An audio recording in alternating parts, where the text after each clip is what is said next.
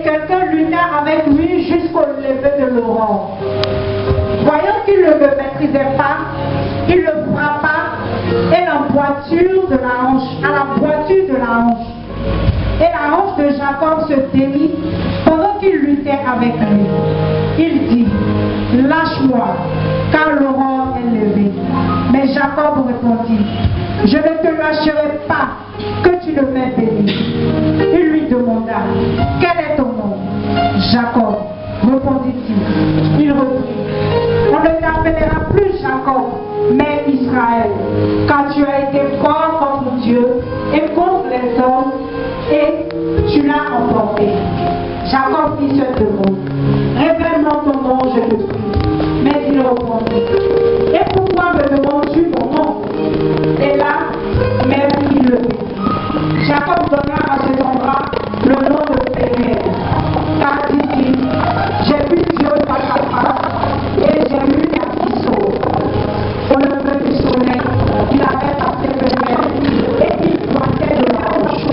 C'est pourquoi les Israélites ne font pas jusqu'à ce jour. Mais là, il a Jacob donna à cet endroit le nom de Péniel, car dit-il, j'ai vu Dieu face à face, et j'ai vu la vie sauve. Au lever du soleil, il avait passé Péniel, et il pointait de la roche. C'est pourquoi les Israélites ne mangent pas jusqu'à ce jour le nez sciatique qui est l'emboîture de la hanche, parce qu'ils avaient frappé Jacob à l'emboîture de la hanche au nez sciatique. Parole du Seigneur. On acclame la parole de Dieu. Alléluia. Le thème de mon message, c'est je ne te lâcherai pas que tu m'aies béni. Alors tout de suite, je vais situer mon auditoire dans le contexte historique. Il s'agit d'un monsieur nommé Jacob. Et vous voyez, le nom même Jacob veut dire usurpateur, veut dire trompeur, veut dire voleur. Vous savez, chez les Juifs, votre nom est relatif à ce qui va venir de votre vie. Autrement dit, votre nom caractérise ce que vous allez être. Alors, vous allez voir que, avec la contribution de sa mère, Jacob va voler la bénédiction qui chez les Juifs régnait à l'aîné.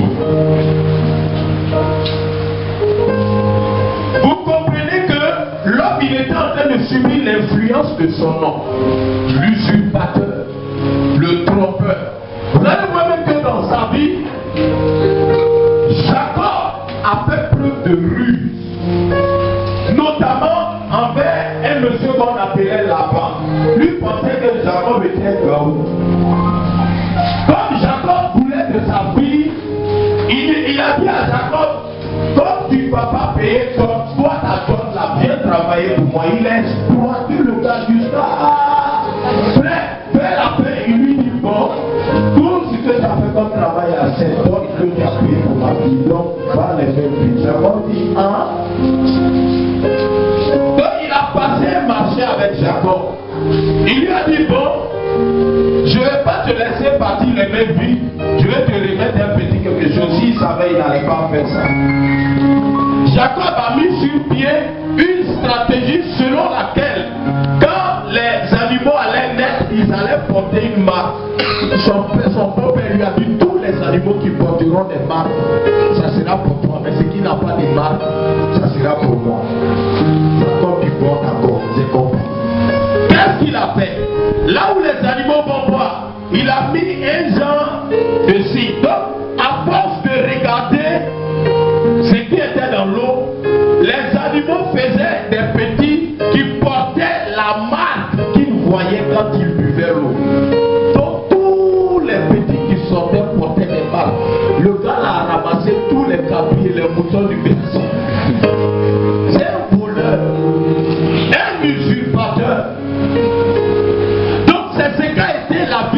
Jacob. Et il vivait dans ça.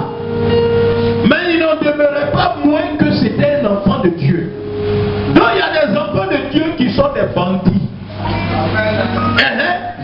Et ils pensent que dans cet élan, Dieu est avec eux. Non, Dieu te voit, mais il ne compose pas avec toi.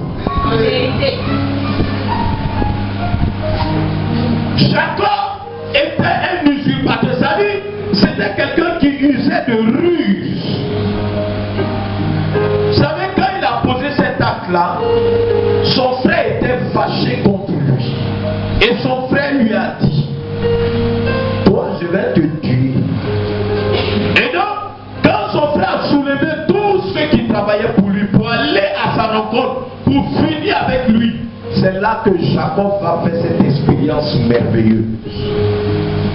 Jacob va envoyer des gens avec des présents, remettre à son frère, pour que le cœur de son frère soit apaisé et qu'il ne le tue pas. C'est cette même nuit que Dieu va venir à la rencontre de Jacob. Et dans ce sens, comme vous l'avez entendu, Jacob va lutter avec un personnage surnaturel. Il ne savait même pas que c'était Dieu.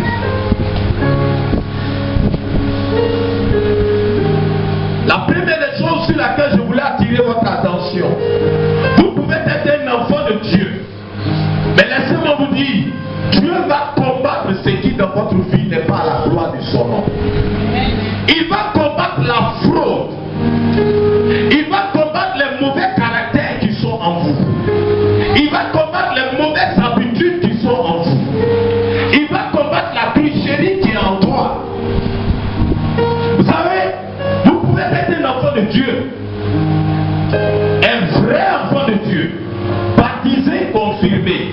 Vous savez, Jacob, c'était pas n'importe qui. Il était issu de la lignée d'Abraham. Mais il y avait la fraude en lui. Il y avait la ruse en lui. Jacob menait jusque-là, c'est-à-dire avant cette rencontre, il menait une vie qui n'avait rien à voir avec sa nature et son identité réelle en Dieu.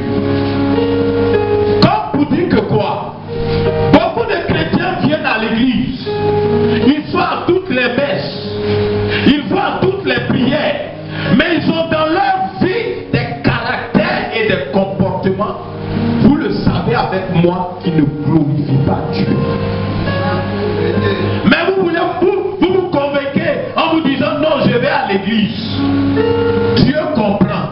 Mais laissez-moi vous dire, si Dieu comprenait le péché, il ne devait pas envoyer Jésus-Christ venir mourir sur le bois de la croix. Dieu ne comprend pas le péché. Dieu ne comprend pas le mal. Dieu ne comprend pas quand tu demeures dans le péché. Vous savez pas quoi? Jusque-là, Dieu voyait Jacob, mais il ne demeurait pas avec lui. Il ne composait pas avec lui. Or, Jacob était un fils d'Israël. Vous n'avez pas dit un fils de la lignée du peuple de Dieu. Tu peux être chrétien, mais si tu es dans la fraude, si tu es dans la tricherie, si tu es dans les mauvaises choses, laisse-moi te dire que tu n'as pas laissé 2012 avaler ces choses pour rentrer dans la nouvelle année avec d'autres caractères, avec d'autres comportements, avec une autre mentalité. Laisse-moi te dire quelque chose. Ce qui s'est passé en 2012 va se reproduire pour 2013. Parce que la Bible me révèle que ne vous y trompez pas. Dans le chapitre 6 à partir du verset 7, il dit ne vous y trompez pas. On ne se moque pas de Dieu. C'est qu'un homme aura semé, c'est ce qu'il va moissonner.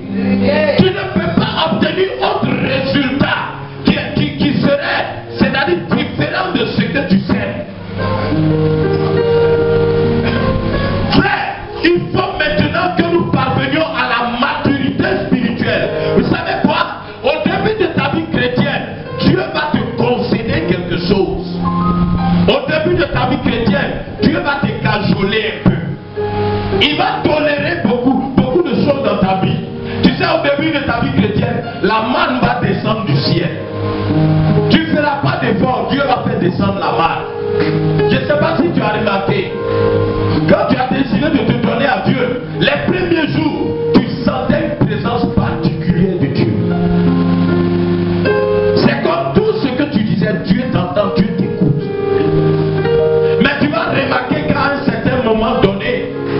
va te pousser dans un pays qu'on appelle Canaan. À Canaan, la manne ne descendra plus du ciel, c'est ce que tu sèmes que tu moissonnes. Quand tu deviens adulte, tu dois apprendre à prendre tes responsabilités. Mais où tout cela commence? Cela commence là où tu vas rencontrer réellement Dieu. Et cette nuit fut la nuit où Jacob va rencontrer Dieu. Vous savez, vous ne pouvez pas rencontrer Dieu et demeurer la même personne. Ce n'est pas possible. Mais ce que je voulais dire à quelqu'un avant de continuer, tu sais, la qualité de ta vie spirituelle ne va pas dépendre de la manière dont tu rencontres Dieu. Donc pense que non, c'est quand tu vas entendre Dieu dans ta maison, ta porte à porte, c'est moi l'Éternel, ouvre-moi la porte, je vais rentrer. Et aujourd'hui la Sainte-Trinité, Dieu est venu en personne dans ma chambre. Dieu rentre, mes problèmes sont finis. Mon fils, tu as trop parlé dans mes oreilles. Aujourd'hui, c'est aujourd'hui. Et Seigneur, je te lâcherai pas que tu m'aies béni. Oh, mon fils, tu as vu dedans. Pardon, dis à un voisin, ça se passe pas comme ça.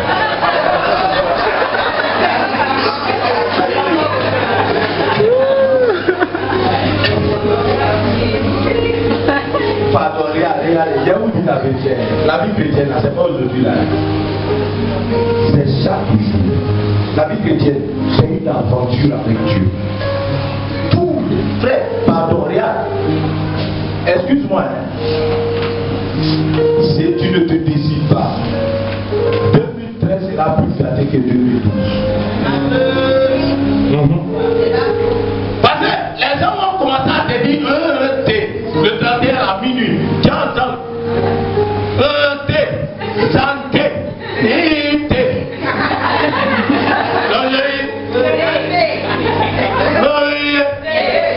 tous les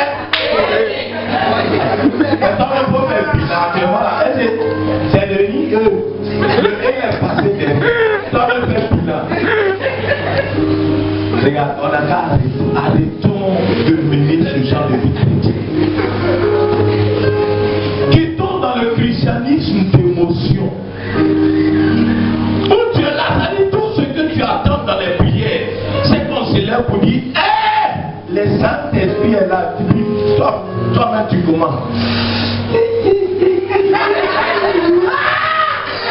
Et puis tu deviens serpillère.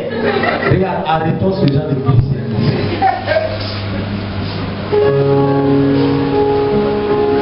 Est-ce que toi-même tu n'es pas fatigué? On crache sur ta tête. On crie au nom de Dieu. Au nom de Dieu. Est-ce que toi-même tu n'es pas fatigué? On a craché sur toi dans ta tête. Tes cheveux ont pris odeur de crachat des serviteurs. Mais toi-même tu laves. Et puis ça passe. Ta vie est plus gâtée même qu'hier. Frère, arrêtons ça. Il faut que nous soyons des croyants matures. Passons à cette autre étape. Bien-aimé, tu ne peux pas te dire chrétien. Jésus dit dans les Écritures, il dit dans le livre de Matthieu, mais il dit, mais si tu salues ceux qui te saluent, mais à quoi tu t'attends venant de Dieu? Tu t'attends à quoi? Si tu aimes ceux qui t'aiment, tu t'attends à quoi venant de Dieu? Il dit même les publicains, pour ne pas dire le païen, ils font la même chose que toi. Tu t'attends à quoi venant de Dieu? C'est-à-dire, à quelle récompense quoi tu t'attends? C'est comme ça que Jacob vivait. C'est comme ça qu'il était. S'il n'y a pas de différence entre toi et celui qui vient à l'église, pourquoi tu veux que toi, Dieu te bénisse pour laisser celui qui est dehors? Pourquoi? Ça serait de l'injustice.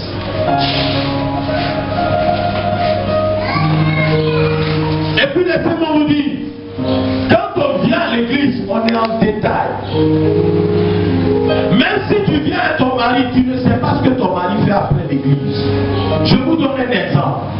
Il y a une maman qui était reconnue sur une paroisse. Elle seule, elle appartient en raison de mari. Rosaire, groupe liturgique.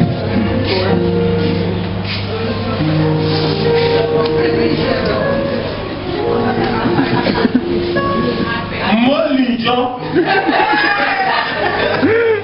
Il rencontre la maman. Et après, le jeune frère vient me rencontrer, mais il n'était pas tranquille. Je lui demande qu'est-ce qui se passe. Il dit, ah, vraiment, la maman qui est à l'église, là, celle qui est dans Moligeon, conseil paroissial, groupe de Rosaire, elle est partout, décoration. La maman lui a recommandé quelque chose. C'est cette chose-là, lui ne comprend pas. Que vraiment, c'est pour le respect de la maman par rapport à tout ce qu'elle fait sur la paroisse, que lui, il est allé là-bas. Mais voici ce qu'elle a dit. Elle lui a donné une pommade. Et pommade, en anglais, ça vient de l'Inde, quelque chose comme pommade magique. Elle lui a recommandé de frotter ses mains avec et d'aller saluer son patron. Même s'il demande à son patron de lécher ses pieds, son patron va le faire. Parce que cette pommade-là, c'est trop fort. Alors il a pris cette pommade-là, il est venu me voir. Je lui ai dit, si tu utilises cette pommade-là, tu vas vendre ton âme au diable. Ouais, vous voyez les gens aller à l'église. Est-ce que vous savez après l'église de quoi est leur vie? Et quand il leur arrive des choses bizarres, toi qui as dit qu'elle n'est pas là, tu dis, c'est même qui vont à l'église, c'est regarder sur eux. Quand tu vas aller chercher la prière, tu dis, je ne connais pas. Tu vas vendre ton âme. Ouais, vous voyez les gens aller à l'église. Est-ce que vous savez après l'église de quoi est leur vie? Et quand il leur arrive des choses bizarres, toi qui as dit qu'elle n'était pas là-bas, tu dis, c'est même qui vont à l'église, c'est regarder sur eux. Quand tu vas aller chercher la prière, ça là, est-ce que tu connais sa vie? Parce que pourquoi je suis désolé, mais aller à l'église, pour moi, ce n'est pas un critère de ce que tu appartiens à Dieu. C'est au fruit qu'on reconnaît l'arbre. Quand de ta vie ressort des bonnes choses, quand de ta vie ressort des qualités, quand de ta vie ressort un témoignage poignant, c'est alors qu'on peut dire que frère, vraiment ton Dieu il est fort, ton Dieu il est puissant. Et je vais annoncer à quelqu'un, Dieu va changer ton nom ce matin. Afin que tu n'entres dans 2013.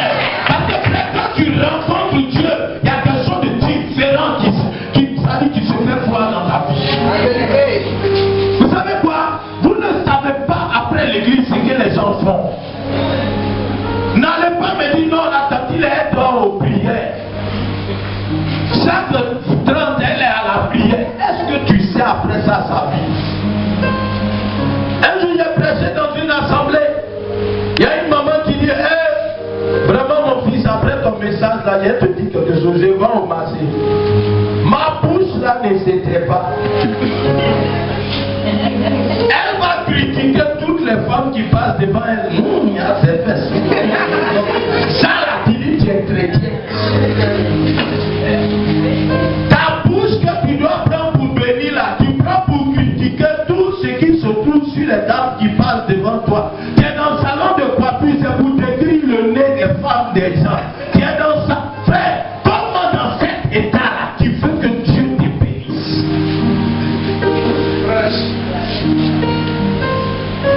S'il n'y a pas de différence entre toi et celui qui ne vient pas à l'église, si vous moussez ensemble, vous bourlinguez ensemble, parce que toi tu viens avec Dieu, Dieu dit, il ne va pas te bénir. Papa Benoît, sa sainteté, il va t'imposer les mains avec toute l'onction céleste et sacerdotale.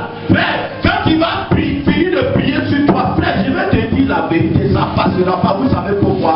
Parce que Dieu est confiné et il est lié par sa parole. Donc, tant que Jacob menait cette vie, tant qu'il était en train d'usurper les gens, tant qu'il était en train de tromper les gens, même s'il s'appelait Jabouhas, rien n'allait changer.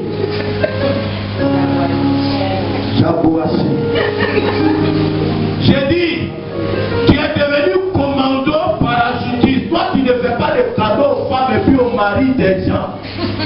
Tu les traques comme un policier traque un voleur d'habitant. Mais quand on dit prière, c'est toi qui es au premier banc. Et puis quand on dit Dieu va venir, toi aussi tu cries Amen. Ce n'est pas pour toi.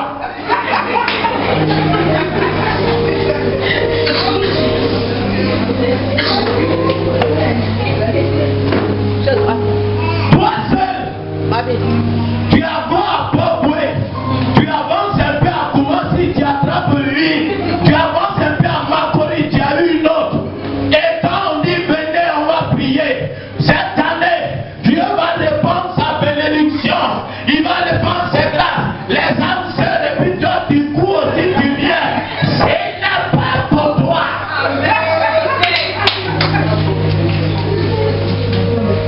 Vous savez, il y a un homme qui dit, vous savez, il faut qu'on arrête. Il y a un gars qui s'est levé, il dit, Dieu n'est pas Kaou. Et Jacob menait la même vie. Frère, toi ta rencontre avec Jésus là, c'est quel Jésus? Parce qu'il y a Jésus passé, il y a pas Jésus, il y a Jésus quoi? Frère, il y a beaucoup de Jésus. Toi, c'est quel Jésus tu as rencontré puis bien méchant dans ta vie? Tu ne peux pas rencontrer Dieu, ce n'est pas possible. Ce n'est pas possible de rencontrer Dieu et demeurer la même personne. En fait, quand tu rencontres réellement Dieu, la première des choses qu'il fait, c'est de toucher ta mentalité, ta manière de voir, ta manière de concevoir. Pourquoi il dit dans le livre de Proverbes, il dit garde ton cœur plus que toute autre chose, car c'est de lui que provient les sources de la vie. C'est des pensées, frères, que viennent les vrais caractères. C'est des pensées, à partir de tes pensées que tu agis, à partir de tes pensées que tu adoptes certains comportements. C'est à partir de ce que tu penses que tu fais toutes choses. Dieu veut toucher tes pensées. Jacob avait ce genre de pensée.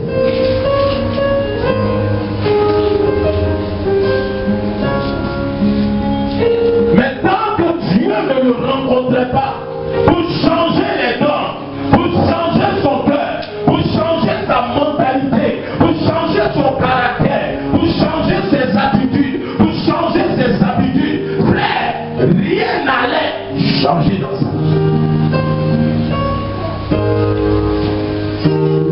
Excusez-moi, si tu vas entrer dans l'année 2013, en espérant que les choses changent par une force, pour ne pas dire par force, c'est-à-dire si tu veux obliger le ciel à s'ouvrir sur ta vie, si tu veux obliger le ciel à porter un regard particulier sur ta vie, frère, tu dois accepter de poser des actes que tu n'as pas l'habitude de poser. Et puisque ce que nous obtenons de la vie est relatif à ce que nous faisons, il dit en Galates le chapitre 6 à partir du verset 9, il dit ne vous lassez pas de faire le bien, car vous moissonnerez en temps voulu. Vous moissonnerez en temps voulu. Au fait, c'est ce que les païens disent. Ils disent le bienfait n'est. Non, mais tu n'as jamais entendu. Le bienfait n'est. En fait, ils l'ont tiré de la Bible. Des fois, vous voyez, quand vous multipliez, c'est-à-dire, quand tu vis par exemple dans la sanctification, je vais vous donner simplement un petit témoignage, c'est mon témoignage. Vous savez, quand on a rencontré Dieu, mon père spirituel nous a poussé. Tous ceux qui faisaient partie de son pâturage, il nous donnait une éducation spirituelle vraiment au père. En début d'année, comme ça, chacun vient. Tu n'es pas marié, non? Tu as fait le vœu de chasteté, mais renouvelable. Pendant que tu n'es pas marié, il faut garder ça. Parce que tout le monde n'a pas droit à ça. Sauf le propriétaire. Sauf celui qui va te sticker. Mais celui qui consomme ça sans sticker, c'est un bandit. C'est un détruisant.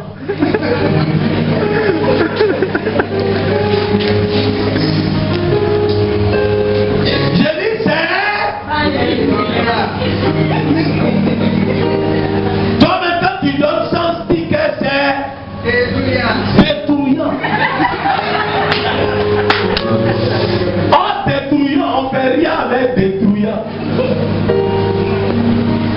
Et donc chacun vient et ça se met à genoux. Moi j'ai fait 1 an de vie de chasteté. Pendant que toi, pour toi la vie dilapide. Maintenant vers la fin on dirait qu'ils ont repassé. Qui va prendre? En tout cas c'est pas mon frère qui est devant ici. Je dis, on s'écartait, on s'efforçait. Ce n'est pas parce que c'est en bois. Non, c'est très fonctionnel. Mais nous avons décidé de nous efforcer, de lutter contre le péché. Vous savez quoi? Par cet homme qui court, trouver une femme, frère, qui n'a pas encore connu d'homme. Vous savez quoi? Jusqu'à 30 ans, moi, par la grâce de Dieu, je dis bien par la grâce de Dieu, ce n'est pas un mérite, mais j'ai vu que c'est la grâce de Dieu. Je n'avais pas touché une femme avant 30 ans. Mais c'était chaud là-bas. Je disais, oh Seigneur Jésus, c'est chaud, oh, frère, on luttait. Mais de cette lutte va sortir un fruit qui va t'étonner. Dieu m'a permis de rencontrer une sœur qui était exactement comme moi.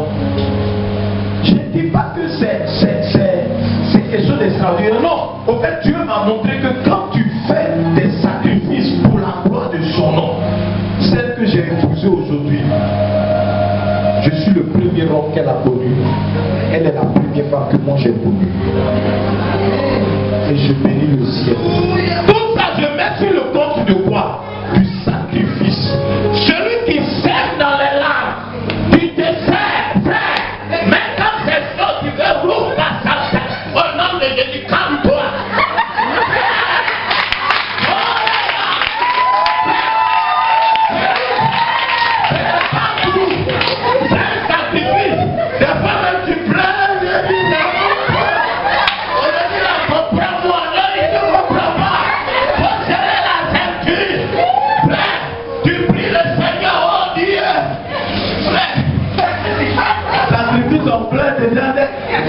Quand tu es seul ou un célibataire, car le matin arrive, la fraîcheur du matin, frère, tu essaies de te confiner, tu arrives au bord de ton lit, le diable te pousse légèrement, quand tu dors plus, tu vois, tu es seul dans la nuit, personne n'a autre qui dit, Dieu dit attends, ton heure arrive, parce que le tout n'est pas de savoir qu'est-ce que tu vas endurer.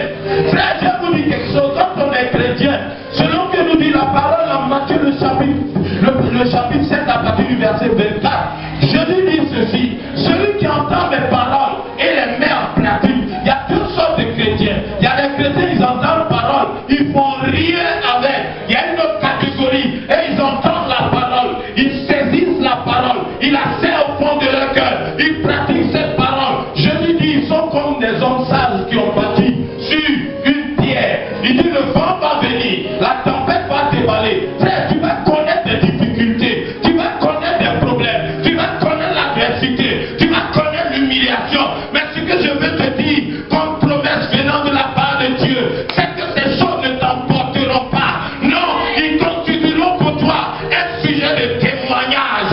Non, c'est pour le témoignage de tes mains. Je disais à quelqu'un, si tu ne vis pas d'expérience, tu n'auras pas de témoignage. Et Dieu va permettre des choses, comme pour Jacob, pour que tu aies un témoignage.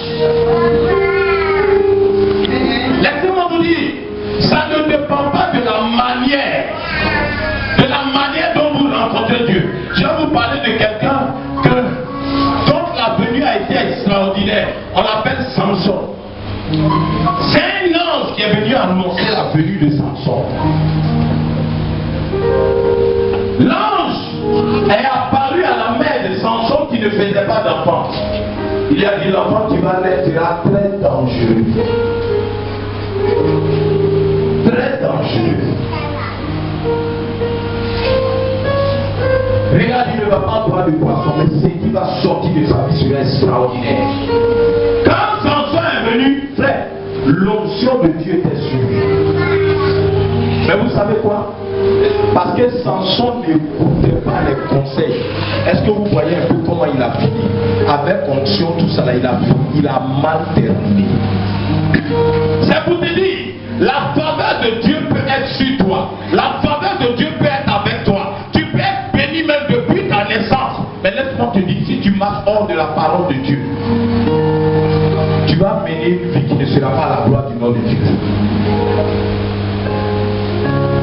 Est-ce que quelqu'un me suit? Donc ça ne dépend pas de comment tu rencontres Dieu. Ça dépend des décisions que tu vas prendre dans ton cœur. Et les Écritures me révèlent dans le livre de Job. À tes résolutions répondra le succès. Je veux dire à quelqu'un, Dieu a tout accompli. Tout ce qu'il attend, c'est que tu prennes tes responsabilités devant l'histoire. George Washington, un grand homme disait ceci: The secret of greatness is the responsibility. Yes. Le secret de la grandeur, c'est la responsabilité. Tant que tu ne vas pas prendre tes responsabilités devant l'histoire, les gens vont payer pour toi. Les serviteurs de Dieu, tout le monde va se lever pour ta cause. Mais tant que toi-même tu ne vas pas te lever, tu ne verras rien.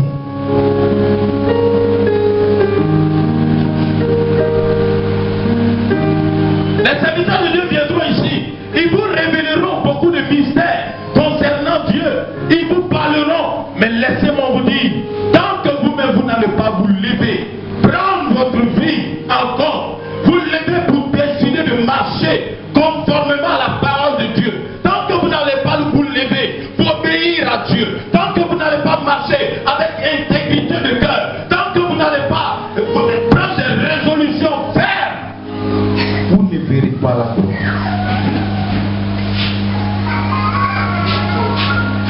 Vous savez quoi? Quand vous rencontrez Dieu, une des choses que le Seigneur fait, c'est de changer votre nom et votre identité. Mais avant de faire cela, vous avez vu, il y a eu un combat. Il y a eu un combat. Tu sais quoi? Dieu va lutter avec tout ce qui en toi ne glorifie pas son nom. Et ça sera chaque jour. Dieu va lutter avec tout ce qui dans ta vie ne glorifie pas son nom. Il va lutter avec tes habitudes qui ne glorifient pas son nom. Vous devez arriver à un point où tu pourras dire comme Paul, ce n'est plus moi qui vis. Tu dois arriver à un stade où tu dis, ce n'est plus moi qui vis. Toi-même tu te regardes, tu sais qu'en temps normal, le gars t'a fait un faux bond. En temps normal, tu l'attends un carrefour là-bas pour le limer mal. Mais quand Christ vit en toi, tout change dans ta vie. Laissez-moi vous dire quelque chose. La preuve que la vie chrétienne n'est pas la résultante des efforts que vous et moi nous essayons de faire. C'est ceux qui n'ont pas compris, qui pensent qu'il faut faire des efforts pour vivre la vie chrétienne.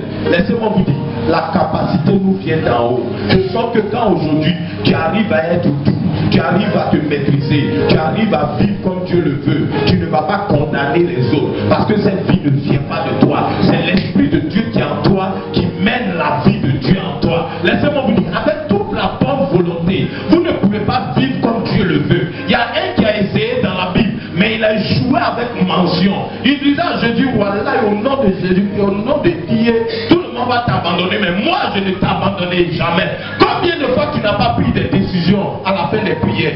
Mais dis-moi, tu as tenu combien de fois? La capacité, l'habilité à vivre la vie chrétienne ne vient pas de la force humaine. Il faut que vous le sachiez. Et Pierre a dit au nom de Dieu, tout le monde va t'abandonner, mais moi je t'abandonne. Mais frère, quand il a vu la manière dont on tirait Jésus, on le giflait, on donnait un coup de poing. Quand on dit, hey, toi là qui étais avec lui, hey, vous dites quoi? Non, ne jouez pas comme ça. Ça dit, frère, de toute façon, on le giflait. plaît là, lui-même la vie, c'est pas amusement.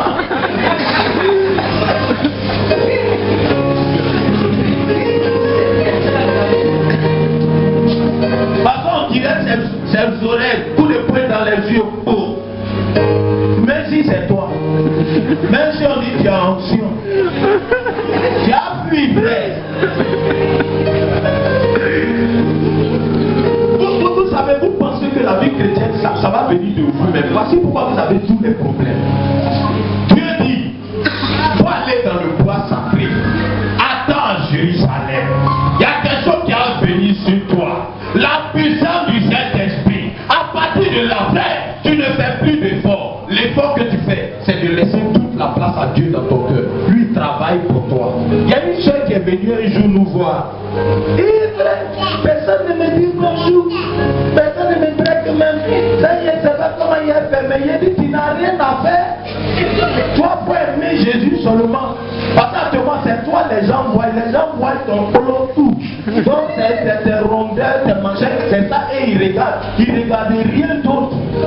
Si tu veux qu'ils aillent au-delà de ce qu'ils voient, commence à adorer Jésus. Commence à aimer Jésus. Frère, quand tu commences à aimer Jésus, au fait, il se produit ce qu'on appelle la transfiguration. Parce que tellement tu es avec Dieu, ça dit que ta peine devient joie. Cette angoisse devient paix. Frère, tu reçois la paix qui vient d'en haut. Tu ne marches plus comme avant. Parce que quand tu es un homme en paix, ta paix ne dépend pas des circonstances, mais ça dépend de Dieu.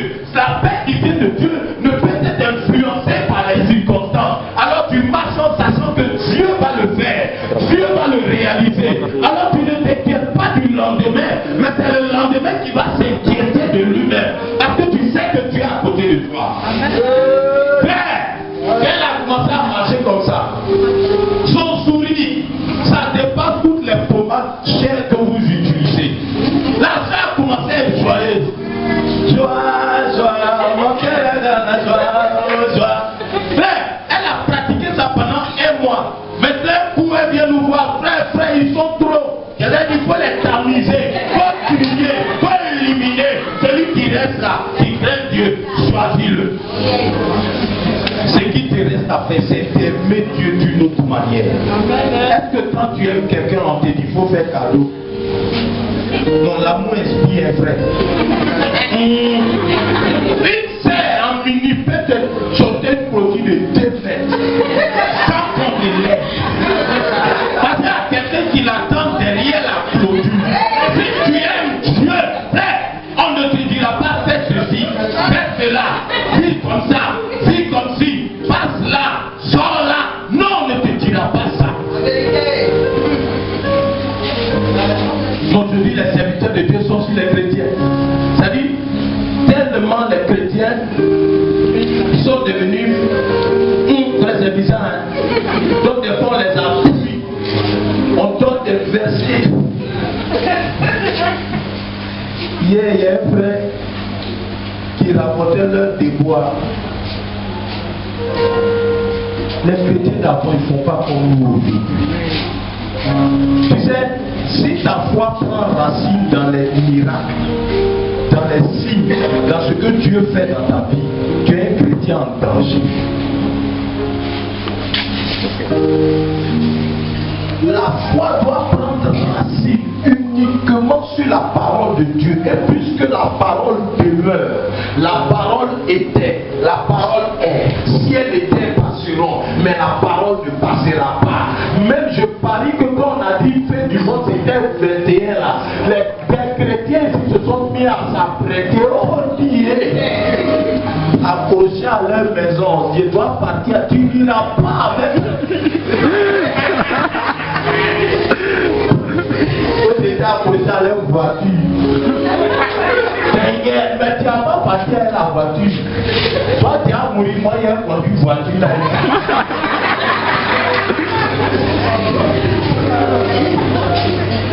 Frère,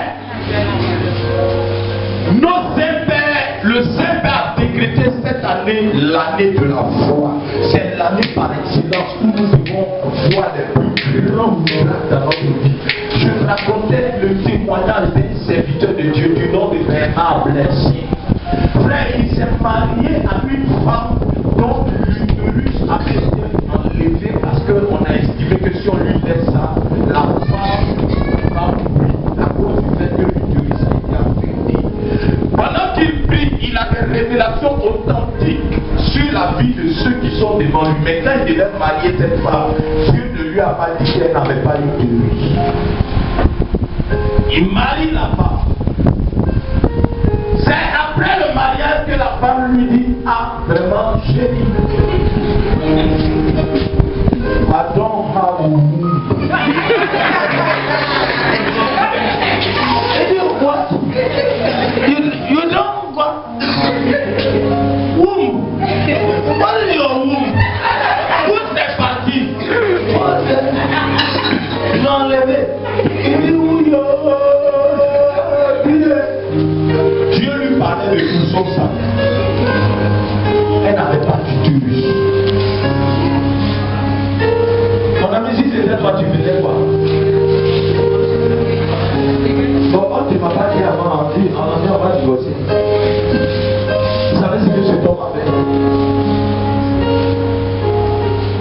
Il était là, et comme c'est quelqu'un qui était imprégné de la parole de Dieu.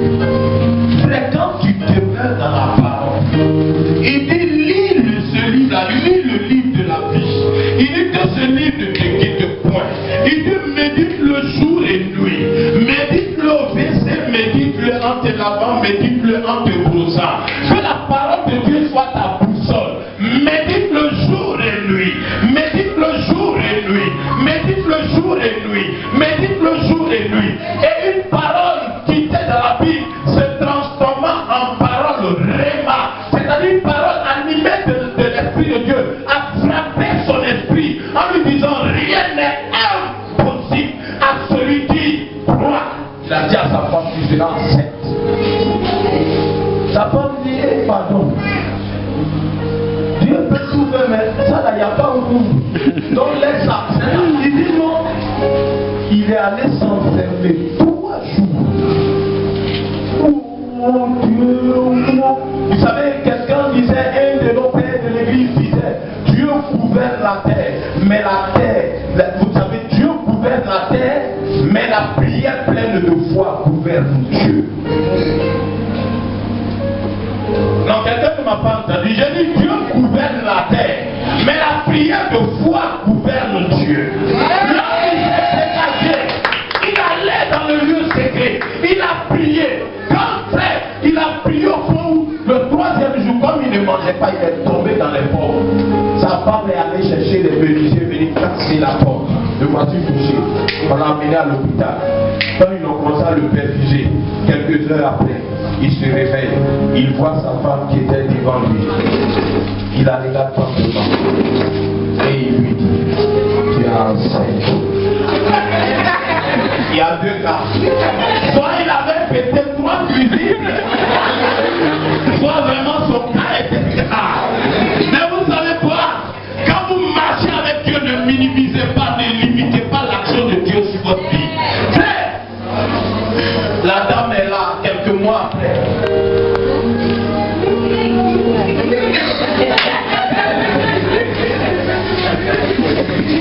Il a supplié d'aller voir le gynécologue qui a enlevé la dame. Dit: non, pardon, il ne faut pas révéler ça là, c'est une maladie. Mais on va voir de quelle maladie il s'agit. Ils sont arrivés chez le médecin qui lui a fait l'opération, il a enlevé l'utérus. Le gars dit: non, c'est moi-même qui ai enlevé tout. Il ne peut pas avoir quelque chose, ça c'est maladie. Mais des fois, pour faire échographie, on va voir de quoi il s'agit. Le gars dit: pardonnez, laissez ça, allez-y ailleurs. C'est moi qui ai enlevé. Il a demandé pardon au médecin pendant à peu près 2 heures pour qu'il aille faire une échographie. Donc il soulève la femme, il dit: bon, vraiment c'est parce que vous êtes têtu que je vais faire l'échographie. Ils vont déposer la femme, ils mettent leur liquide là. Il y a un liquide qu'on met sur le ventre avant de faire l'échographie. Frère, il passe l'appareil. Quelqu'un est en train de danser.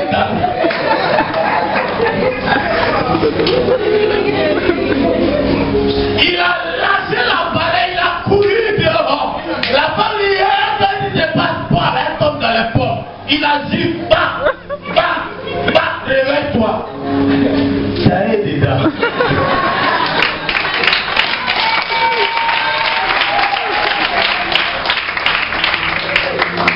Mais j'ai dit, Dieu gouverne le monde.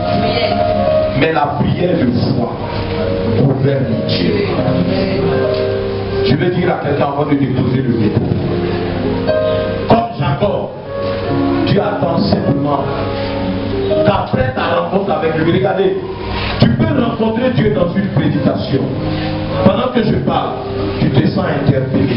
C'est le moment pour toi de dire à Dieu, je ne te lâcherai pas tant que je n'ai pas vu dans ma vie les signes dont me parlent les Écritures. Laissez-moi vous dire, l'Écriture est vraie pour celui qui a mis sa foi en Dieu. Vous savez quoi? La parole de Dieu est virile, mais elle ne met en scène que ceux qui croient. Je dis à quelqu'un, la parole de Dieu est virile. Vous savez quoi? Quand les Écritures nous parlent du sémence qui est sorti pour s'aimer, le mot sémence, en fait, c'est un mot grec, sperma. Ça veut dire sémence. Qu'un homme pire, comme moi, jette sa sémence là où il faut. Attends, les premières fois tu ne vas pas sentir quelque chose. Première semaine tu ne sentiras rien. Un mois, 2 mois après 2 mois, tu vas commencer à comprendre que ta température change. Ta forme va commencer à changer. Quelque chose change dans tes habitudes. Je suis en train de dire à quelqu'un, pendant que tu écoutes la parole de Dieu, c'est une sémence qui est jetée en toi. Comme Marie, tu me demandes, mes frères, comment cela va-t-il se faire? Moi, je ne sais pas. Mais je sais que là où la parole de Dieu est prêchée, l'homme du Très-Haut est là. L'Esprit est là pour amener la parole à être fécondée. Et celui qui croit, cette parole est fécondée en lui. Et cette parole prendra forme sous forme de santé, sous forme de travail. La parole va prendre chair en toi, sous forme de santé, sous forme de travail, sous forme d'élévation, sous forme de prospérité, selon la forme que toi, tu aurais donné à la parole. Chaque sémence porte en lui le message qu'il annonce. La sémence de la tomate porte en lui sans que vous ne le sachiez ou vous ne l'analisiez. Chaque sémence de tomate porte en lui quoi? Des tomates. Ce matin, les graines que je viens de jeter portent en eux les sémences d'un nouveau tournant. Tu décides que Jésus, tu ne le lâcheras plus. À partir de cette année, je veux t'annoncer que tu ne peux pas ne pas être béni. Tout dépend de toi. Je vais simplement terminer pour te dire ceci. Tu dois prendre tes responsabilités devant l'histoire. Aujourd'hui, je prie que le Seigneur aide chacun d'entre nous à commencer à mener un christianisme de maturité. Un chrétien normal, mature, on ne va pas le forcer à donner. Il donne naturellement. Il donne parce qu'il sait que c'est un principe de vie. Quand un planteur n'a pas sémé ici des graines, il ne peut pas venir en temps de moisson, venir dire que lui va moissonner. Vous savez, les lois spirituelles régissent à la fois le domaine surnaturel, mais aussi le domaine naturel. C'est ce qui s'est fait sur le plan de vue spirituel, c'est ce qui se reflète sur le plan de vue physique. Je prie mon Dieu que spirituellement, vous savez, quand le Seigneur finit de bénir Jacob sur le plan de vue spirituel, vous allez constater que depuis ce jour, la vie de cet homme a changé complètement.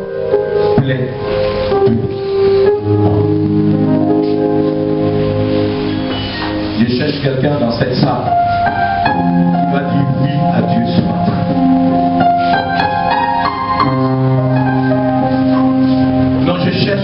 ce matin qui va dire oui à Dieu.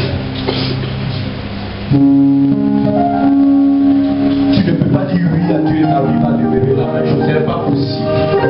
Tu ne peux pas t'accrocher à Dieu et ne rien voir. Ce n'est pas possible. Tu ne peux pas t'agripper à Dieu et ne rien voir. Ce n'est pas possible. Et au fur et à mesure que tu es accroché à Dieu, ce qui ne glorifie pas son nom dans ta vie va tomber sans même que tu ne le désires, sans que tu ne le saches. C'est ce qui s'est passé pour nous. Vous savez quoi? Quelqu'un me disait que dans leur pays, avant de se marier, ils ne se marient même pas. C'est quand les gens vieillissent, ils savent que non, ils ne peuvent plus aller quelque part. C'est là qu'ils vont se marier. Bon, aujourd'hui, qu'est-ce qui se passe? Tous les jeunes de mon âge aujourd'hui qui ont compris l'évangile se sont lancés dans l'aventure du mariage. Moi-même, je me suis fait sticker. Tu essaies de tricher, ils t'emmènent à la brûlade. On va te faire payer droit d'auteur. En fait, c'est une manière de parler pour dire que la vie spirituelle, c'est une aventure. C'est les audacieux qui se lancent dans la vie spirituelle. C'est pas... Vous savez, les gens pensent généralement que être chrétien, c'est être victime. C'est non, c'est ceux qui fuient les réalités de la vie qui vont être chrétiens, c'est faux. Si tu n'es pas conscient, tu ne peux pas être chrétien. Dis-moi, ce que tu vis aujourd'hui là, qu'est-ce qui te fait dire que tu seras béni demain? C'est dans la foi et avec courage que cela se met. Et courage. Vous savez quoi? Celui qui nous a donné ces paroles, c'est pas un homme pour mentir, il est le fils d'un homme pour se dédier. Il est Dieu, il est Dieu. Quand il a décidé d'enseigner une fille de 16 ans qui n'a pas encore touché d'homme, elle a dit quoi? Comment cela va-t-il se passer? Il dit non, reste tranquille. Dans la parole de Dieu se trouve la puissance de Dieu. Ce matin, je vais te dire que celui qui t'annonce cette parole est capable de le faire. Je vais te demander tout simplement de dire oui ce matin. Oui à la parole qui sera dite au nom du Seigneur. Il dit croyez en Dieu et vous prospérerez. Croyez en ses prophètes et vous aurez du succès. Crois en la parole de Dieu, tu verras sa gloire. Je cherche des personnes ce matin qui vont dire oui à Dieu. Je dis oui. Oui. Oui.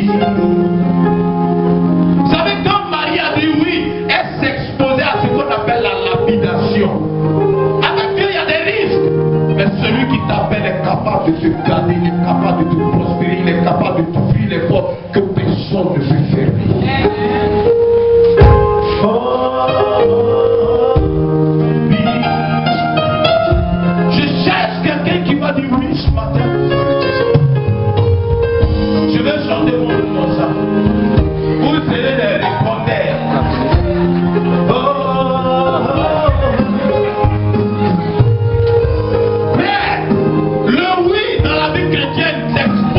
Même à la mort. Mais parce que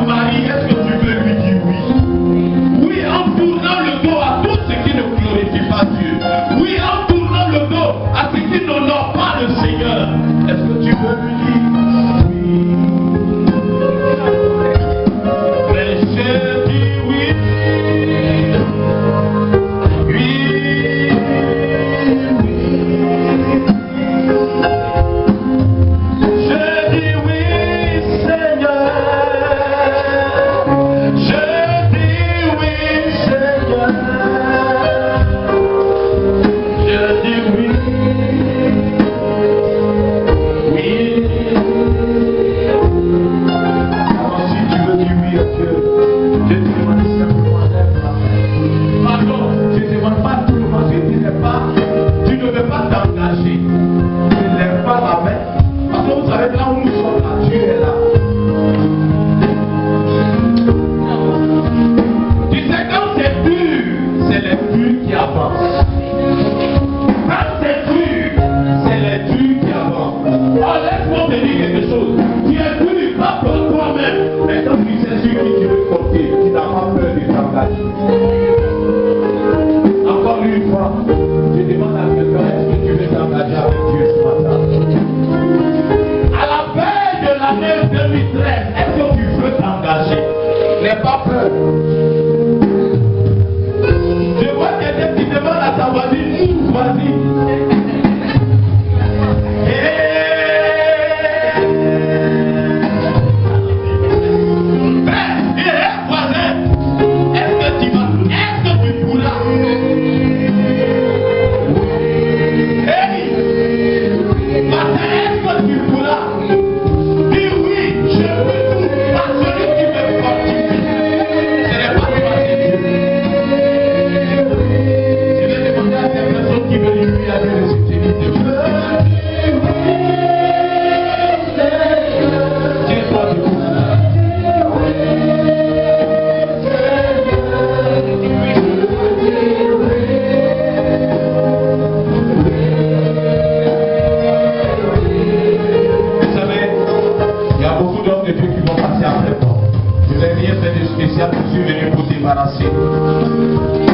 Je suis venu pour te ficher.